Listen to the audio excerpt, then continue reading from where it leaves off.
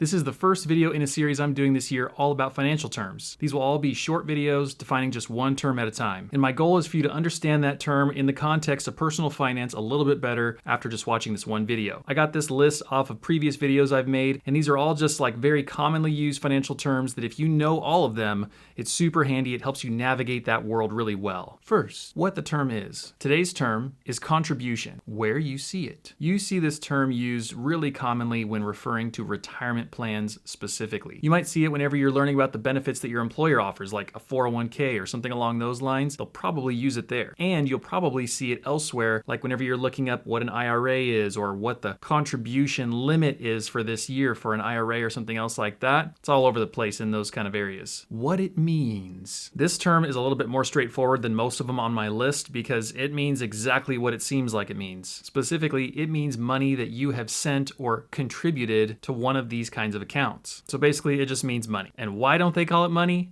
I have no idea. Calling it contribution kind of sounds like whenever you bring some food to like a family function, like you've contributed to the meal. Or it sounds like whenever you're in like a brainstorming discussion and you have something nice to add, like, oh yes, Johnny, that was an excellent contribution you made. The long and the short of it is, whenever you see the word contribution, think money. While we're on the topic, and if you're still curious, it's really helpful to know about the two different kinds of contributions that we typically deal with as people who are interested in our retirement, in building wealth, in personal finance, that kind of stuff. The first is called pre-tax. The second is called after-tax. And whenever we're talking about contributions in the realm of a retirement account, they both have tax benefits. So this is a really handy thing to feel really comfortable with. Whenever we're dealing with money in retirement accounts, it means that that money has kind of been locked away for retirement. And it's not something that you would just withdraw from day to day to like pay bills or go on a vacation or something like that. It's earmarked for retirement, which is probably a long way away, like in our early to mid 60s. So the two kinds of contributions, pre-tax and post-tax. Pre-tax is for traditional IRAs. So just whenever people say just IRA and they don't have like Roth in front of it, that's a traditional IRA, or a traditional 401k is also pre-tax. What that means for you functionally is like whenever you send money to a 401k or a traditional IRA, the government basically says, hey, you didn't keep that money, Brendan. You didn't really have it to go and buy whatever you want with. So we're going to give you a break and we're not going to tax you on it because we know where that money went. It went to this account, and that account is locked up until your kind of retirement age whenever we determine what that is, we being the government. So you don't have to pay tax on it, and it's really handy. Also, along the way, as that money is growing, because you've invested it, it's growing, it's building on itself, you're not paying tax on all that stuff either. So you have kind of this window from like now until you actually retire at that age where you're not having to deal with tax. So if you're concerned about not paying a lot of taxes right now, that's pretty handy. You do, however, have to pay taxes on that money whenever you withdraw it, or at least that's the way everything is set up as of right now. All of that could change by the time we get there. After-tax contributions, in contrast, are what we use to fund